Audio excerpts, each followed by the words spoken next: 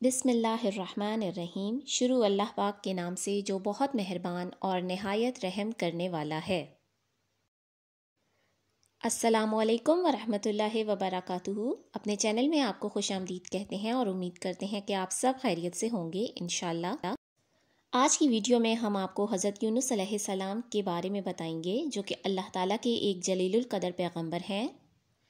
حضرت یونس علیہ السلام عراق کے شہر نینوا میں پیدا ہوئے۔ نینوا کے لوگ اللہ تعالیٰ کی ذات کو اور اس کے پیغام کو بھلا چکے تھے اور بت پرستی یعنی کہ شرک جیسے عظیم گناہ میں مبتلا تھے۔ نینوا کے لوگوں کی ہدایت کے لیے اللہ تعالیٰ انہی میں سے ایک پیغمبر مقرر کرنے کا فیصلہ کرتے ہیں اور اس کام کے لیے حضرت یونس علیہ السلام کا انتخاب کیا جاتا ہے۔ اللہ کے حکم کے مطابق اس کے دین کو عام کرنے اور لوگوں کو بت پرستی جیسے گناہ سے روکنے کے لیے حضرت یونس علیہ السلام اپنے کام کا آغاز کر دیتے ہیں۔ وہ لوگوں کو شرک سے روکتے ہیں اور اللہ کے دین کی دعوت دیتے ہیں۔ حضرت یونس علیہ السلام لوگوں کو کہتے ہیں کہ اللہ کی دین کی طرف لوٹ آؤ، کیونکہ وہی تمہارا پیدا کرنے والا اور تمہیں پالنے والا رب ہے۔ ہر نبی کی قوم کی طرح حضرت یونس علیہ السلام کی قوم بھی ان کی دعوت کو ٹھکرا دیتی ہے۔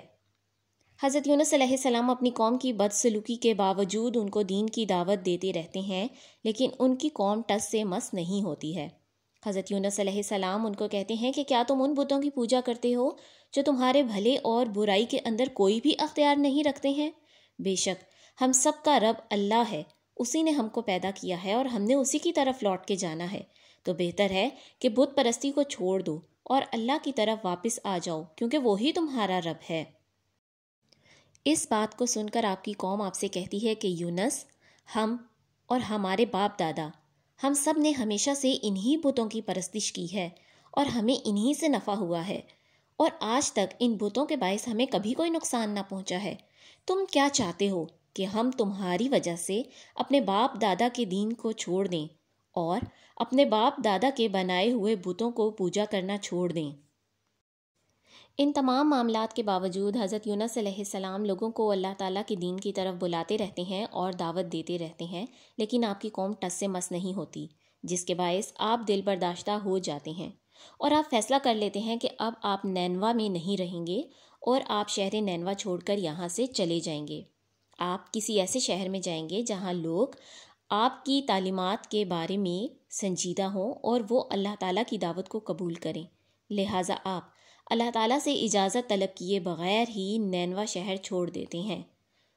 آپ نینوا سے نکل کر باہر آ جاتے ہیں اور کسی دوسرے شہر کی تلاش شروع کر دیتے ہیں جہاں جا کر آپ اللہ کے دین کو عام کر سکیں۔ حضرت یونس علیہ السلام کے جانے کے بعد شہر نینوا پر سرخ رنگ کے بادلوں کا ڈیرا ہو جاتا ہے۔ یہ سرخ رنگ کے بادل اللہ تعالیٰ کی ناراضگی کا منہ بولتا ثبوت ہیں۔ یہ اس بات کا ثبوت ہے کہ ان کا نبی بالکل سچا تھا۔ قوم جب یہ سب دیکھتی ہے تو وہ جمع ہو جاتی ہے اور اللہ تعالیٰ سے اپنے اعمال کی معافی طلب کرتی ہے۔ وہ جان چکے ہیں کہ ان کا نبی بالکل سچ کہہ رہا تھا۔ وہ اللہ تعالیٰ کے آگے گریہ وزاری کرتے ہیں۔ اللہ تعالیٰ کو ان کی گریہ وزاری پر رحم آ جاتا ہے اور وہ ان پر سے عذاب اٹھا لینے کا فیصلہ کر لیتا ہے۔ وہ لوگ اپنے نبی کے واپس آنے کی دعا کرتے ہیں تاکہ وہ ان کو واپس ہدایت کی طرف دعوت دے سکے۔ حضرت یونس علیہ السلام نینوا سے نکل کر ایک مسافر کشتی کے اوپر سوار ہو جاتے ہیں اور کسی دوسرے شہر کی جانب روانہ ہو جاتے ہیں۔ جیسے ہی رات ہوتی ہے، سمندر میں ایک خوفناک طوفان آتا ہے اور سمندر کا پانی کشتی کے اندر داخل ہونے لگتا ہے۔ جیسے جیسے رات گزرتی ہے، طوفان کم ہونے کی بجائے مزید شدید ہو جاتا ہے۔ ایسی صورتحال میں کپتان مسافروں کو حکم دیتا ہے کہ اپنا تمام ساز و سامان اٹھا کے سمندر میں پھینک دیں تاکہ کشتی کا بوجھ کم کیا جائے اور اسے ڈوبنے سے بچایا جا سکے۔ یہ سب کرنے کے باوجود بھی جہاز مسلسل ڈوب رہا ہوتا ہے۔ اس زمانے میں یہ رسم عام ہوتی تھی کہ کسی بھی طوفان کو ٹالنے کے لیے انسانی جان کی قربانی دی جاتی تھی، لہٰذا قراندازی کی جاتی ہے اور اس میں حضرت یونس علیہ السلام کا نام سامنے آ جاتا ہے۔ لیکن حضرت یونس کی نیک نامی ایمانداری کو دیکھتے ہوئے ایک دفعہ پھر قراندازی کی جاتی ہے، لیکن دوسری دفعہ بھی انہی کا نام سامنے آتا ہے۔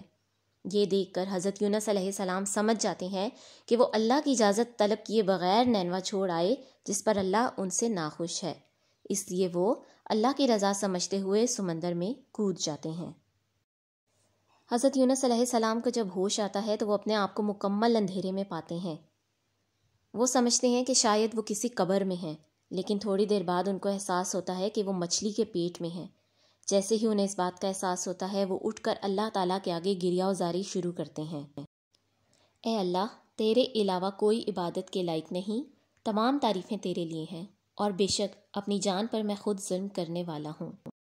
قرآن پاک نے حضرت یونس علیہ السلام کی اس دعا کو ہمیشہ کے لیے ان الفاظ میں محفوظ کیا ہے، لا الہ الا انت سبحانک انی کنت من الظالمین۔ اللہ تعالیٰ کو حضرت یونس علیہ السلام کی یہ دعا اتنی زیادہ پسند آتی ہے کہ وہ مچھلی کو حکم دیتے ہیں کہ حضرت یونس علیہ السلام کو ساحل پر اگل دے، لہٰذا ایسا ہی ہوتا ہے۔ حضرت یونس علیہ السلام مچھلی کے پیٹ سے جب باہر آتے ہیں تو ان کا تمام جسم گل چکا ہوتا ہے اور سورج کی روشنی کے باعث انہیں شدید تکلیف ہوتی ہے، جس پر اللہ ایک درخت کو حکم دیتے ہیں کہ وہ حضرت یونس کے جسم پر سایہ کر دے۔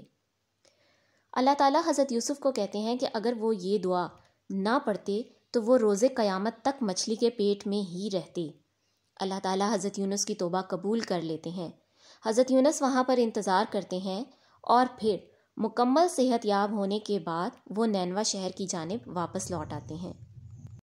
حضرت یونس جب اپنی قوم کے پاس واپس آتے ہیں تو یہ دیکھ کر شدید حیرت میں مبتلا ہو جاتے ہیں کہ تمام قوم اسلام قبول کر چکی ہے، وہ بت پرستی چھوڑ چکے ہیں اور اللہ تعالیٰ کو اپنا رب مانتے ہیں۔ ان تمام لوگوں کے دلوں میں اللہ تعالیٰ کی محبت کی روشنی نظر آ رہی ہوتی ہے اور وہ حضرت یونس علیہ السلام کے واپس آنے پر اللہ تعالیٰ کا شکر ادا کرتے ہیں۔ حضرت یونس علیہ السلام وہ واحد پیغمبر ہیں جن کی تمام قوم بت پرستی چھوڑ کر دائرہ اسلام میں داخل ہو جاتی ہے، اور آیت کریمہ یعنی لا الہ الا انت سبحانک انی کنت من الظالمین وہ طاقتور دعا ہے جو حضرت یونس علیہ السلام کو مچھلی کے پیٹ سے واپس نکال لیتی ہے، اور ہمیں بھی ہدایت کی گئی ہے کہ ہم اس دعا کا ورد کریں، چاہے وہ صحت کے معاملات ہوں، گھریلو معاملات ہوں یا رزق کی تنگی۔ آیت کریمہ ان تمام معاملات کے لیے ایک مکمل دعا ہے۔ اگر آپ کو یہ ویڈیو پسند آئی تو میرا چینل سبسکرائب کریں۔ شکریہ۔